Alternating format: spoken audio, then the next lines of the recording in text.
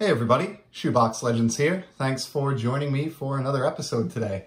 Gonna do a dive back into the remainder of my Sportlots box here. So I covered a few envelopes from this box order many episodes back. I think I even did a couple episodes on it, and then it's been so busy that this entire stack of new inbound cardboard has just sat exactly like this on the bench in my office here for probably a month or two now. And just now finding the time to get back into some of this. So just like I did the first couple times around, we'll just open up, maybe 3, 4, 5 of these, depending on how long it takes.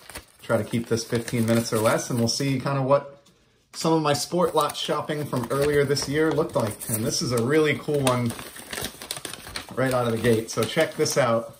I've got a love of purple refractors, which I've talked about many times. This is a sweet Justin Verlander 2013 Topps Chrome purple refractor. Multiple Cy Young Award winner, absolutely destined for Cooperstown as soon as he retires. And on top of that, I love the image on this card. Perfect fit for my binder of purple shiny cardboard. And perhaps the best part about this one, I paid 50 cents for the card and 50 cents postage. So $1 shipped to my door eventually via Sportlots box. Brought home this Verlander purple. And Leo is below me in his bed here doing some chewing on his paws. So apologies if you hear any bulldog slobber going on in the background. It's just his weekly grooming routine there. Let's do another envelope here. Man, it's been so long since I picked up a lot of this stuff that I have little to no recollection of getting a lot of these cards to begin with. Really good packaging job by this seller, almost too good. Oh, okay, I remember this guy. So this is a little bit of a bummer. This order was supposed to have 2 cards in it, and one of them was a $10 Hank Aaron card that I was very, very excited about. Parallel that I wanted to bring home, but found out after I placed the order, the seller indicated they didn't have the card. I'm not sure if that's the case or if they just didn't want to sell it to me for 10 bucks, but either way, I did get the single $5 card out of this order that I had paid for, and that is this pretty sweet. The lighting is really bad for this in here, and this case isn't helping, but I've talked about these lenticular Topps 3D cards many times.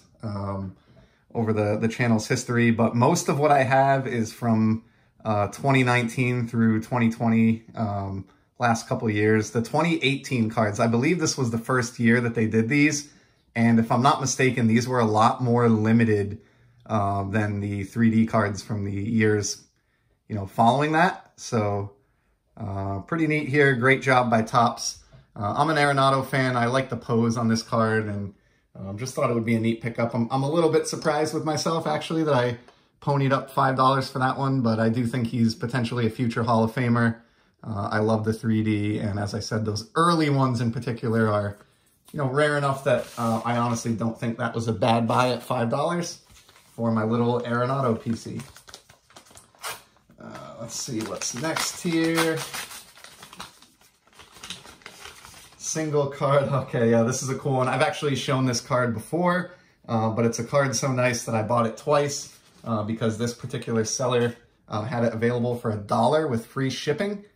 And it is the Topps American Heritage Chrome Duke Ellington card. I absolutely love this card. I'm a fan of all music cards, and I just love this 75 Topps inspired chrome take on Duke.